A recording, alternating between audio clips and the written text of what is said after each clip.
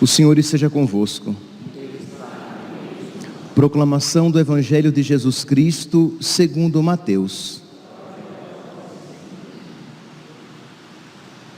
Depois que os magos partiram, o anjo do Senhor apareceu em sonho a José e lhe disse: levanta-te, pega o menino e sua mãe e foge para o Egito. Fica lá até que eu te avise, porque Herodes vai procurar o menino para matá-lo. José levantou-se de noite, pegou o menino e sua mãe e partiu para o Egito. Ali ficou até a morte de Herodes, para se cumprir o que o Senhor havia dito pelo profeta: do Egito chamei o meu filho. Quando Herodes morreu, o anjo do Senhor apareceu em sonho a José no Egito e lhe disse: levanta-te, pega o menino e sua mãe e volta para a terra de Israel, pois aqueles que procuravam matar o menino já estão mortos. José levantou-se, pegou o menino e sua mãe e entrou na terra de Israel. Mas quando soube que Arquelau reinava na Judeia, no lugar de seu pai Herodes, teve medo de ir para lá. Por isso, depois de receber um aviso em sonho, José retirou-se para a região da Galileia e foi morar numa cidade chamada Nazaré. Isso aconteceu para se cumprir o que foi dito pelos profetas: ele será chamado Nazareno. Palavra da salvação.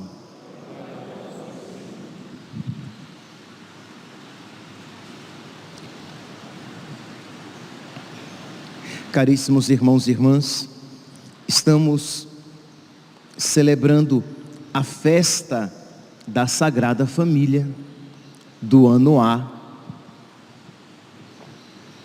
Estava aqui no ano C, nós não estamos mais no ano C, já estamos no ano A. E o Evangelho de hoje nos apresenta José, que tem um sonho e que foge com o menino Jesus para o Egito. Pois bem, estamos na festa da Sagrada Família, na 8ª do Natal, e algumas pessoas já perguntaram, então um aviso de utilidade pública: hoje é dia de abstinência de carne. Mas como, padre? Nós não estamos na 8ª? Sim, mas a 8ª de Natal, ela é composta por festas. Vocês viram que nós celebramos a festa de São João Evangelista, nós celebramos a festa, primeiramente, de Santo Estevão, depois de São João Evangelista, depois dos Santos Inocentes. Hoje a festa da Sagrada Família. É verdade que quando a Sagrada Família, quando o Natal não cai num domingo, a festa da Sagrada Família se torna uma solenidade, porque ela é celebrada no domingo, entre o Natal e o Ano Novo, e Santa Maria, Mãe de Deus. Mas como nesse ano o Natal caiu num domingo, consequentemente Santa Maria, Mãe de Deus, cairá num domingo também. Então, a Sagrada Família é celebrada como festa no dia 30 de dezembro. Então, hoje é dia de abstinência de carne. O churrasco vai ficar para o primeiro dia do ano. Muito bem. E meus irmãos, a igreja então celebra muito adequadamente esta festa na 8ª de Natal, porque o próprio Deus nos deu a Sagrada Família como exemplo para todas as famílias. Isto é, Jesus, Maria e José, como família, tem algo a nos ensinar. Já desde a oração coleta da missa de hoje, nós ouvimos o que a igreja rezou para nós, quando disse: ó Deus de bondade, que nos destes a Sagrada Família como exemplo, concedei-nos imitar em nossos lares as suas virtudes, para que, unidos pelos laços do amor, possamos chegar um dia às alegrias da vossa casa. Então, nós precisamos imitar nas nossas famílias aquelas virtudes praticadas pela Sagrada Família, porque ela nos foi dada a nós como exemplo para todas as famílias. Pois bem, então vamos aqui, nós poderíamos pegar várias realidades que nos serviriam para a meditação, mas vamos tomar apenas uma palavra que servirá para todos nós. Na Sagrada Família, Deus estava no centro. Na Sagrada Família, Deus estava em primeiro lugar. Se vocês pegarem aqui, por exemplo, o Evangelho de hoje, São José, ele obedece ao mandato de Deus. São José, obediente. São José, obedientíssimo. Aquele mesmo que lá atrás, por mandato de Deus, aceitou tomar a Virgem Maria como sua esposa e acolher o menino Jesus como seu filho. Aquele que não era seu filho segundo o caminho biológico, assumiu Jesus como seu filho perante a lei por obediência a Deus. Pois bem, é esse mesmo José que sonha, que por meio do sonho Deus manda-o fugir, porque Herodes vai procurar o menino para matá-lo, e diz que José se levantou de noite, pegou o menino e sua mãe e partiu para o Egito. Ele tinha a missão de cuidar do menino e da sua mãe. Ele é o chefe da família. É interessante, né? O menos digno, não que José não fosse digno, imagine, é o nosso pai, São José, mas naquela família ele é o menor, mas ele é o chefe da família. O que é o menor, o que é o menos virtuoso, é o chefe da virtuosíssima Virgem Maria e da virtude que se fez carne, que é o próprio Filho de Deus. Então aqui nós vemos o quanto, meus santos, seria um outro passo de reflexão, que independentemente das virtudes dos nossos pais, eles precisam ser honrados, porque nos foram dados como nossos pais. É mandato de Deus. Imagine, é claro, isso aqui é um pensamento louco. Se a Virgem Maria não quisesse se submeter como esposa ao seu marido, já que ela era maior do que ele, já que ela é mais digna do que ele, mas a Virgem Maria se submeteu ao seu marido. E Jesus, o Filho de Deus, o próprio Deus que se fez homem, diz a palavra de Deus, ele era obediente a José e a Virgem Maria, aos seus pais, que eram inferiores a ele, mas era-lhes obediente e submisso por mandato de Deus. Nesta família, Deus conta, ou melhor, nesta família, Deus é o que conta. E nós precisamos, meus santos, se queremos celebrar adequadamente a festa da Sagrada Família, precisamos imitar as suas virtudes. Consequentemente, precisamos dobrar os nossos joelhos e pedir a Deus a força do alto, porque, meus santos, nós não somos virtuosos, nós naturalmente não somos virtuosos, nós somos inclinados ao pecado. Essas virtudes excelsas, essas virtudes elevadas, a que nós somos chamados a imitá-las, precisam ser suplicadas. Meu Deus, concede-me a graça. Os pais aqui presentes, meu Deus, concede-me a graça de ser um pai segundo o teu coração. E meus santos, todos aqui somos pais, porque você pode não ter filhos biológicos, mas você tem pessoas que de alguma maneira lhe foram colocadas sob a sua responsabilidade. Existem pessoas pelas quais você se sacrifica, por quem você se doa. E eu espero que nós não vivamos preocupados apenas com o nosso próprio umbigo. Seria muito triste. Seria muito triste que as mulheres aqui presentes não estivessem exercendo a maternidade.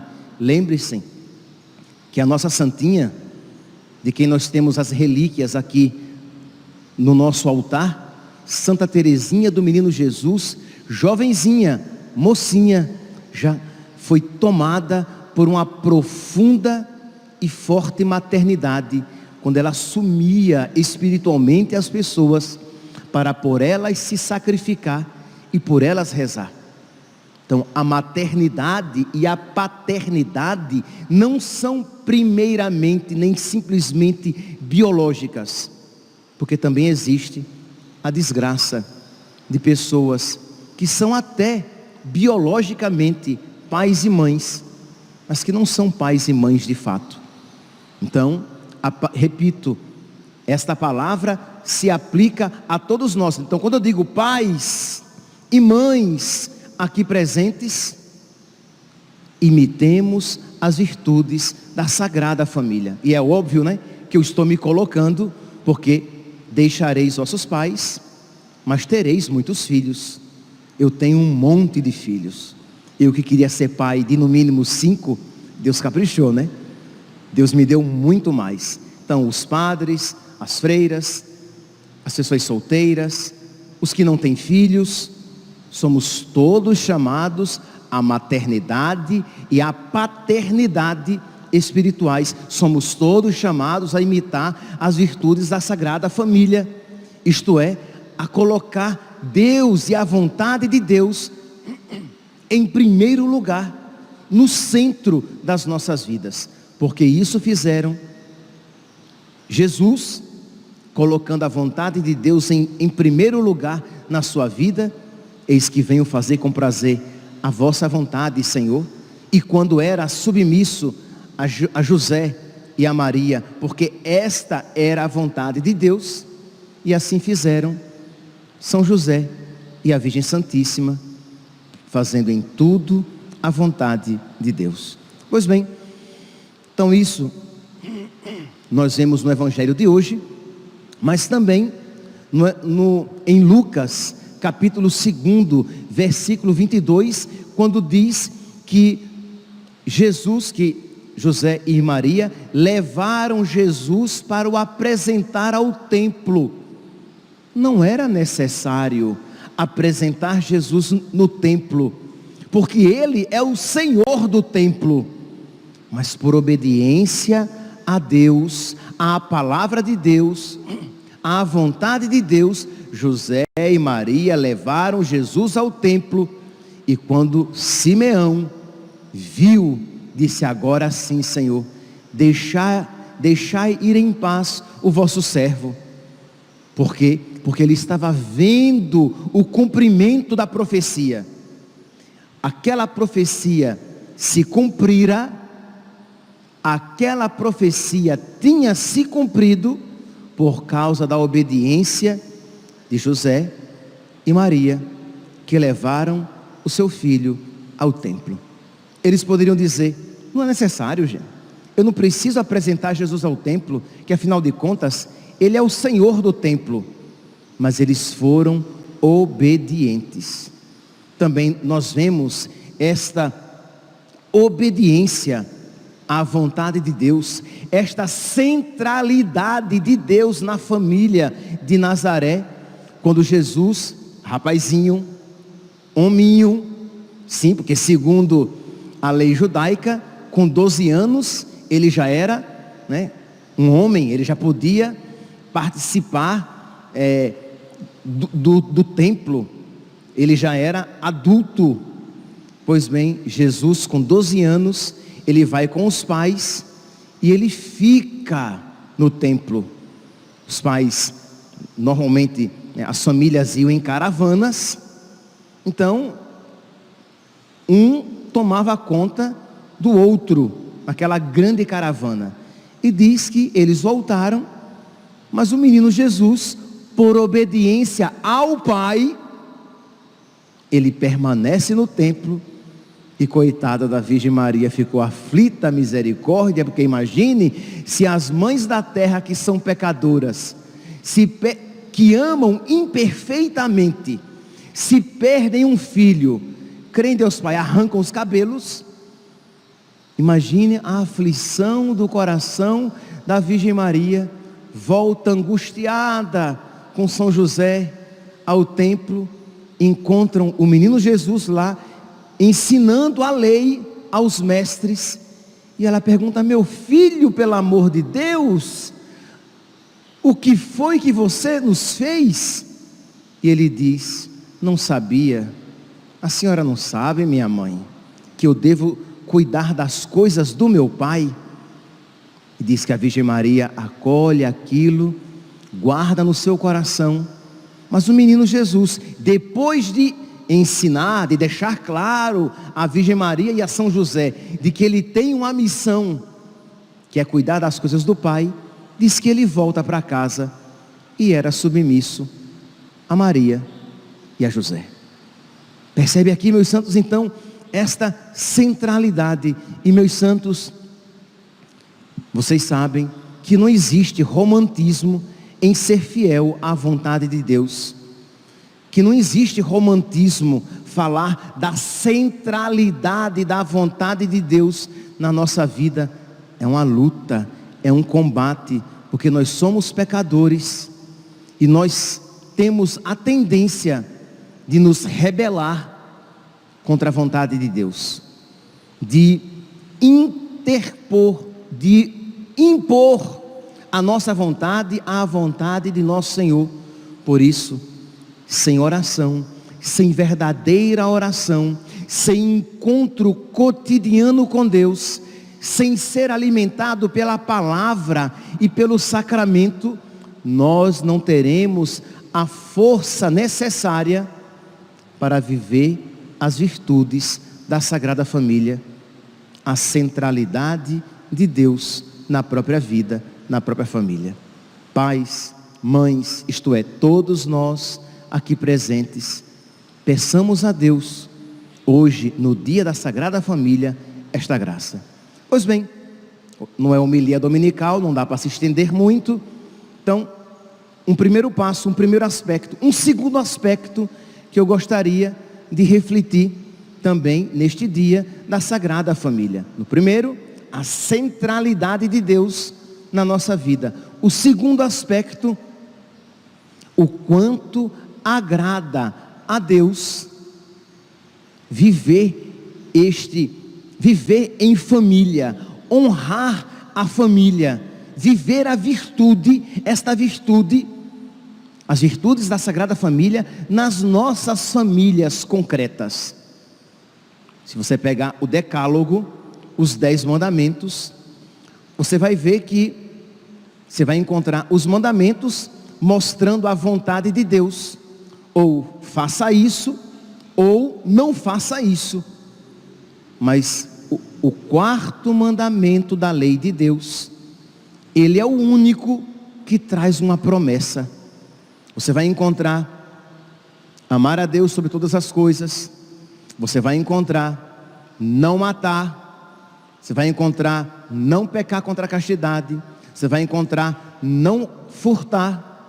Mas o quarto mandamento, se vocês pegarem na Sagrada Escritura, lá em Deuteronômio, capítulo 5, vamos ver se a minha memória está boa, versículo 16, vocês vão encontrar: honra teu pai e tua mãe, como o Senhor teu Deus te ordenou, para que vivas por longo tempo e sejas feliz na terra que o Senhor teu Deus vai te dar.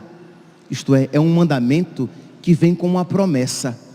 Deus nos promete uma graça se nós vivermos este mandamento. Isto é, o quanto agrada a Deus que nós honremos o nosso pai e a nossa mãe, que nós sejamos bons com o nosso pai e com a nossa mãe, independentemente das suas virtudes ou ausência delas, pelo simples fato deles serem nosso pai e nossa mãe. Honra teu pai. Mas padre, o meu pai não vale nada. Mas é seu pai, é o homem que Deus escolheu para trazer você à vida, e você vai honrar o seu pai, pelo menos sendo um bom filho, rezando por ele e o ajudando caso seja necessário. Mas padre, minha mãe me faz até vergonha. Mas é sua mãe. Ah, mas ela é uma prostituta, ela me abandonou, ela foi uma péssima mãe. Mas ela é sua mãe. Mas padre, mas eu também tenho uma mãe adotiva, que é sua mãe também, por quem você vai rezar e vai honrar. Porque eu não estou falando aqui apenas dos pais e mães biológicos. Aquele que o criou é também seu pai e sua mãe. Você teve a graça de ter 2 pais e 2 mães, a quem você vai amar e honrar. Porque se você hoje é alguém, é porque alguém o trouxe à vida e cuidou de você. Então, de você honrar, rezar, se sacrificar se necessário for, pelo seu pai e sua mãe, porque isso é agradável a Deus. Lembremos-nos, os mandamentos de Deus, os 10 mandamentos, quando foram dados a Moisés, foram dados em 2 tábuas. Na primeira tábua estavam os 3 primeiros mandamentos referentes a Deus, e os mandamentos estão em ordem de importância, de grandeza. Então é claro, é óbvio, o primeiro mandamento é amar a Deus sobre todas as coisas. Na segunda tábua, os mandamentos referentes aos homens. E qual é o primeiro mandamento da segunda tábua? Honra teu pai e tua mãe. Isto é, honrar o pai e a mãe é um mandamento mais importante, e desobedecer este mandamento é mais grave do que matar alguém. Honra teu pai e tua mãe. Depois, não matar, não pecar contra a castidade, não furtar. Então, esta importância. Então, meu santinho, a paciência com o seu pai, a paciência com a sua mãe, porque são seus pais. A oração pelo seu pai, e se já partiu, a oração pelo seu pai e a oração pela sua mãe, é o seu dever de filho. Se moram distantes e você não pode estar tão presente quanto gostaria, ou de você tentar de alguma maneira se fazer presente, é o seu pai, é a sua mãe. Nunca dizer uma palavra grosseira ao seu pai. Isso não significa que você necessariamente vai, depois de grande, depois de adulto, vai sempre obedecer seu pai e sua mãe, porque pode ser que eles não sejam virtuosos, não sejam cristãos, e queiram até que você faça algo de errado.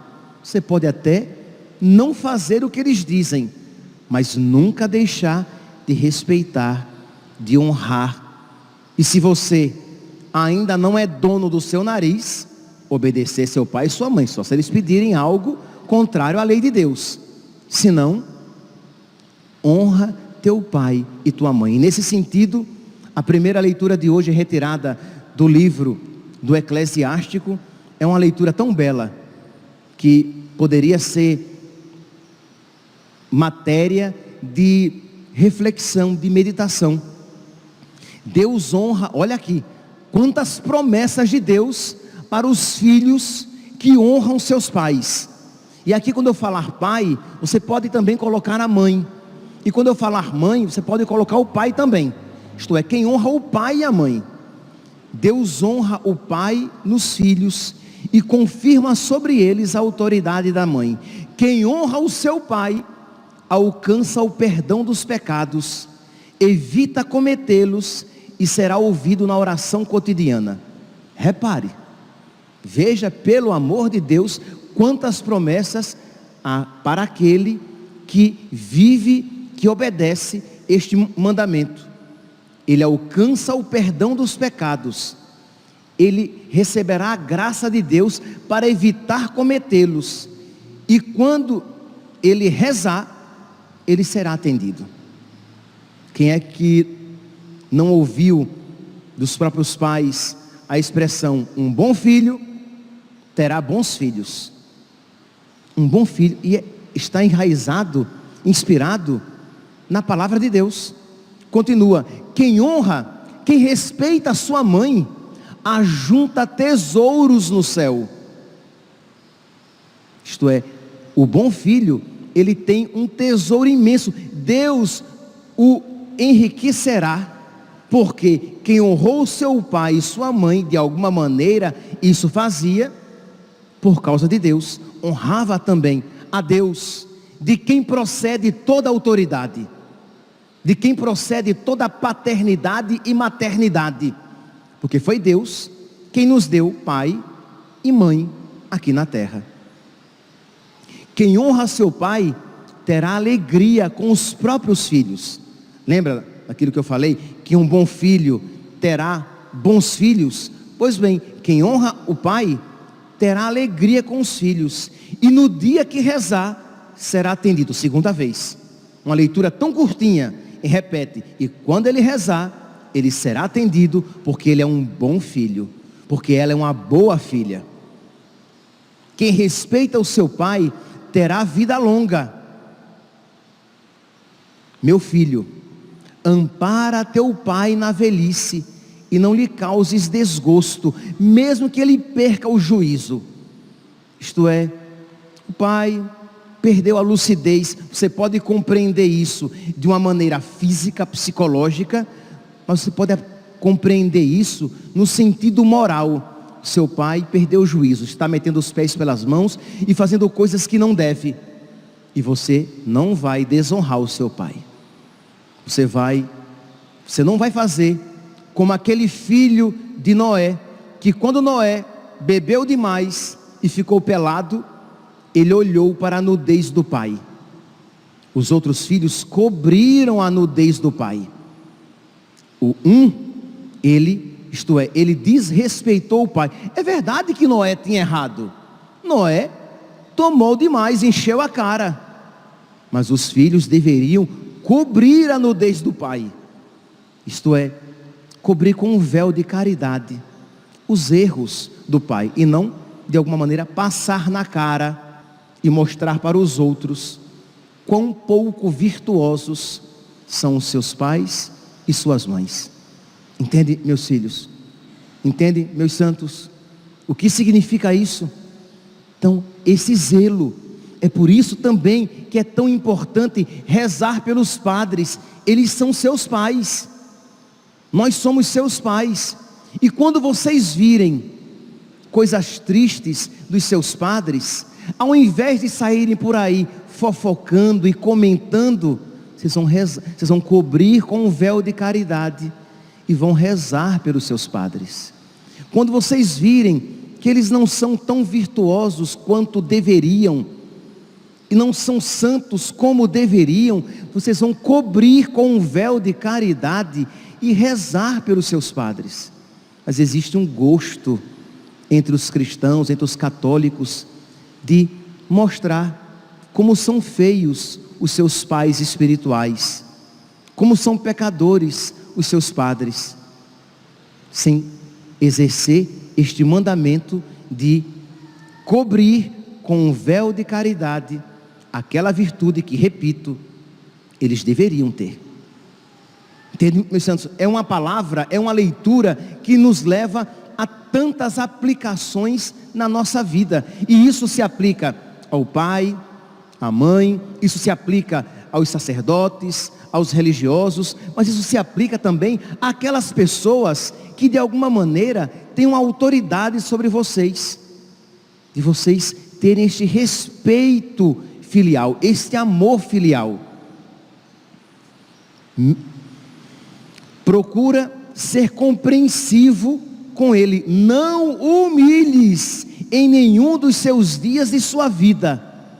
Ah, padre, mas ele mereceu. Não humilhe seu pai, não humilhe sua mãe.